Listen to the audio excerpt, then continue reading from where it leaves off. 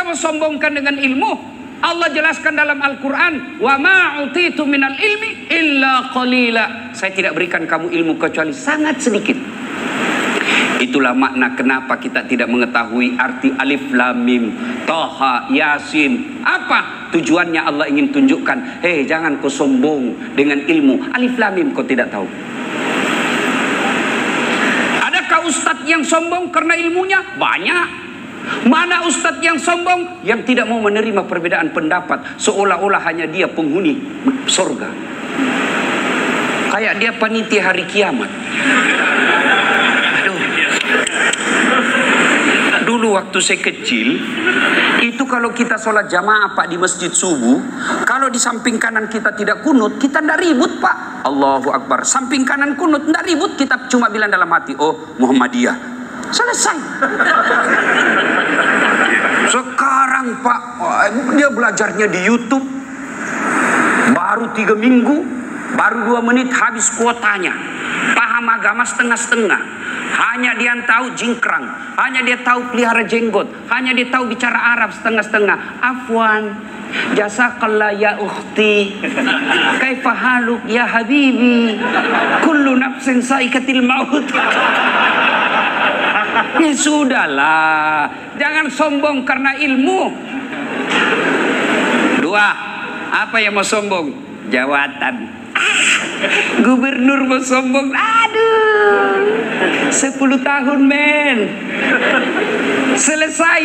Wabillahi taufiq wal hidayah. Gambang Garuda Pak Pranowo, Pak Ganjar, 10 tahun aja dipakai Pak. Begitu habis masa jabatan, Bapak masih mau pakai keliling Jawa Tengah, dibilangi gila Pak. Ayo, apa yang kita mau sombongkan? Kepala dinas kau mau sombong, pret.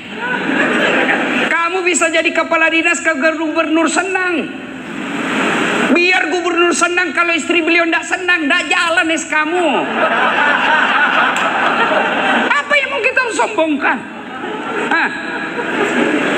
Jabatan, jangan sombong.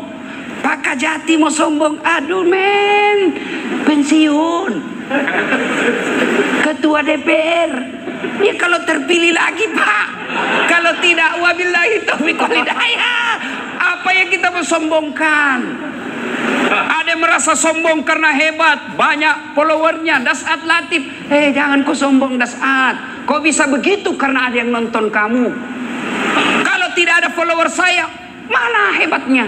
Saya ceramah di sini berdebu, bergema, berapi-api, hebat. 1 jam membara ceramah saya, tidak ada yang nonton. Lewat orang, sudah lama itu Ustadz gila di dalam. Maka jangan sombong. Jabatan kita miliki sekejap saja. Ilmu yang kita miliki, jangan sombong. Yang ketiga, yang menyebabkan sombong, kaya. Apa yang kamu sombongkan dengan kekayaanmu? Di atas langit ada langit. Allah marah dengan kekayaanmu. Oke lah, masih banyak harta, masih bagus mobil, masih banyak tabungan. Allah titip satu penyakit dalam dirimu, tidak ada bisa kau makan. Tanyakan Bapak tahu, banyak duitnya miliaran, tabungannya miliaran, tapi apa? Dilarang makan nasi, dilarang makan garam, dilarang makan gula, dilarang makan daging, dilarang makan demak. Apa saja bisa dia makan? Ubi rebus.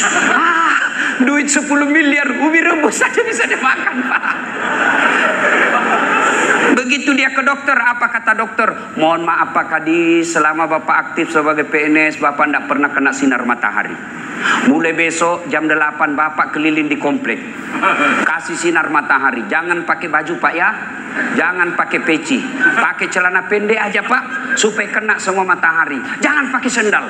Kelilinglah dia di komplek dari jam 8 sampai setengah 10, tidak pakai baju, pakai celana pendek, tidak pakai sendal. Apa bedanya sama gembel?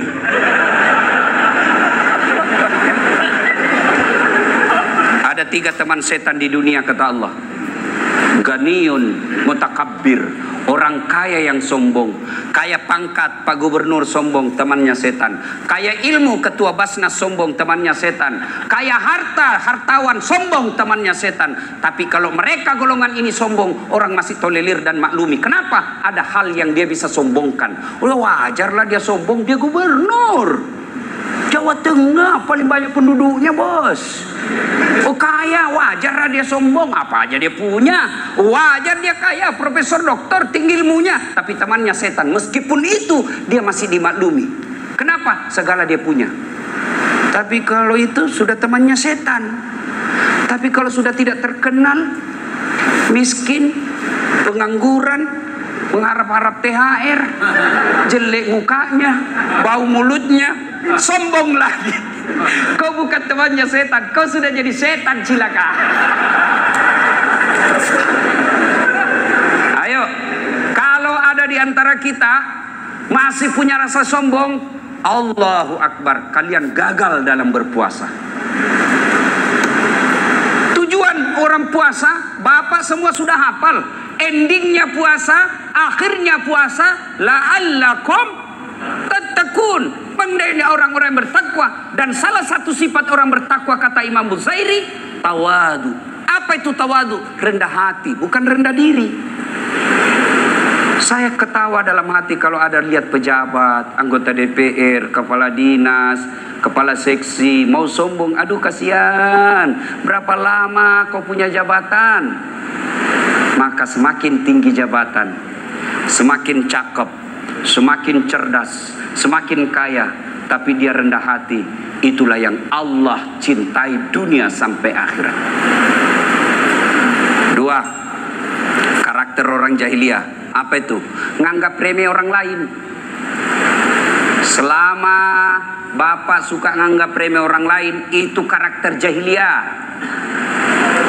Allah larang Bapak pakai mobil mewah, silahkan, itu rezekimu. Allah larang pakai emas berlian, silahkan, itu rezeki, tidak dilarang Allah pakai. Kalau perlu pakai berlian itu gigi. Kan ibu-ibu sekarang itu begitu kayanya, giginya aja dia kawat, Pak. Dulu waktu kita kecil pagar yang dikawat, Pak. Sekarang gigi dia kawat-kawatnya, Pak. Kalau masih mahasiswa saya masih senang lihat, Pak. Tapi kalau sudah istri kepala dinas, sudah mau 50 tahun pakai kawat juga terlambat. Ini namanya STNK, sudah tua nakal kembali.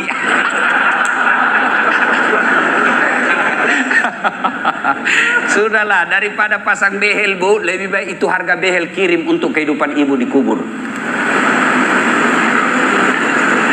Nganggap remeh orang lain.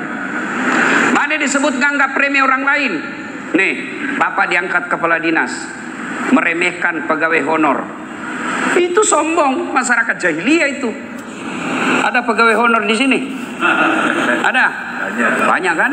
Saya tahu penyanyi lagunya kalau pegawai honor. Berakit-rakit dahulu, berenang-renang ke tepian, sakit-sakit dahulu, susah-susah dahulu, lalu kemudian tetap susah. Itu pegawai honor tuh. Sebelumnya PTT namanya kan, pegawai tidak tetap. 5 tahun kemudian TTP, tetap tidak pegawai.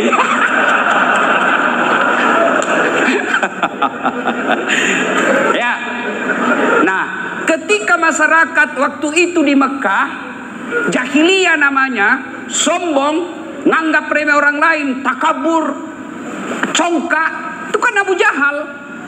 Abu Lahab, Abu Jahal itu, Pak, beliau itu cinta sama Nabi. Dari Rasulullah lahir sampai usia 40 tahun, masyarakat Mekah senang sama Rasul. Bahkan masyarakat Mekah memberi gelar Muhammad Al-Amin, yang terpercaya. Kenapa? Mereka begitu cinta kepada Rasulullah.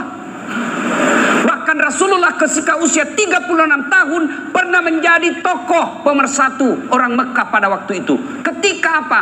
Ketika Hajar Aswad, Mekah, Ka'bah dipugar, Hajar Aswad dibuka, kemudian mau ditempel kembali ke tempat semula. Bani-bani, suku-suku yang ada di Mekah bertengkar. Berhari-hari tidak ada penyelesaian. Akhirnya mereka percayakan kepada Muhammad untuk menunjuk. Ya Muhammad, siapa di antara kami yang kau tunjuk? Nabi buka serbannya. Beliau ambil serbannya. Serban 4 suku, 4 sudut. Yang bertengkar 4 suku. Maka Nabi berkata, pegang suku sujudnya masing-masing serbanku. Lalu angkat ini, kita angkat bareng-bareng. Selesai masalah, menyelesaikan masalah tanpa masalah. Ibu tahu betul Pegadaian.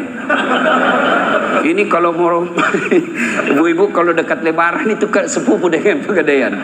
Sampai-sampai ibu-ibu bilang, "Pak, sudah mau lebaran ini, ganti gorden." "Oke sayang, gampang. Ganti spray, gampang. Ganti kursi, gampang. Ganti tempat tidur, gampang. Sekalian saya ganti kau."